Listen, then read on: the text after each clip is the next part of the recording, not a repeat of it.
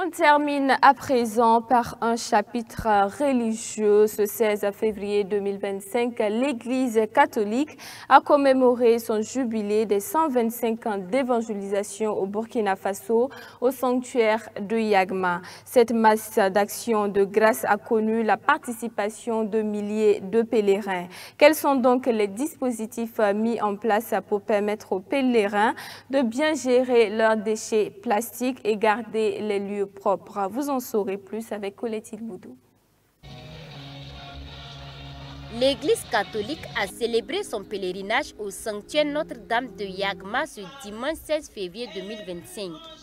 À ce pèlerinage qui a été combiné à la commémoration du jubilé des 125 ans d'évangélisation au Burkina Faso, des milliers de pèlerins catholiques venus des 4 coins du pays ainsi que de la sous-région y ont pris part. Et qui parle de rassemblement, parle de prolifération des déchets principalement plastiques.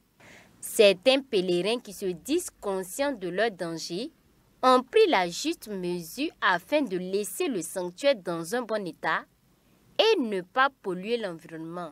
Effectivement, c'est à de tels rassemblements, on utilise beaucoup de sachets plastiques, mais nous devrions avoir les réflexes d'amener ce que nous avons utilisé pour les jeter à la poubelle. Voilà, et c'est ce que je viens de faire. J'ai ramassé les sachets que nous avons utilisés, que j'ai mis dans le véhicule pour les placer dans les poubelles. J'ai mon sachet avec moi. Je vais peut-être le jeter à la poubelle ou bien j'envoie ça chez moi à la maison pour peut-être mettre à ma poubelle.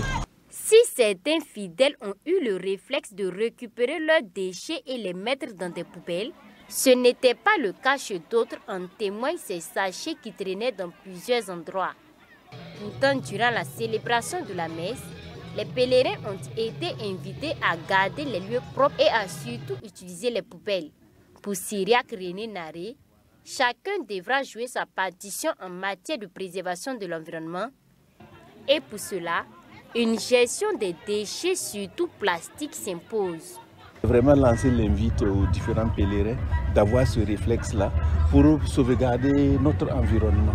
Vous voyez, ce cadre-là a été préservé en l'état et nous avons pour mission justement de continuer à préserver ça pour les générations futures.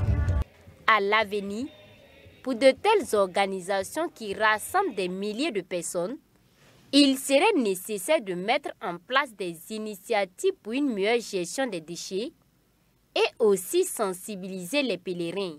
Les pèlerins eux-mêmes doivent prendre conscience de l'importance de garder les lieux propres afin d'avoir un environnement sain pour les générations présentes et futures.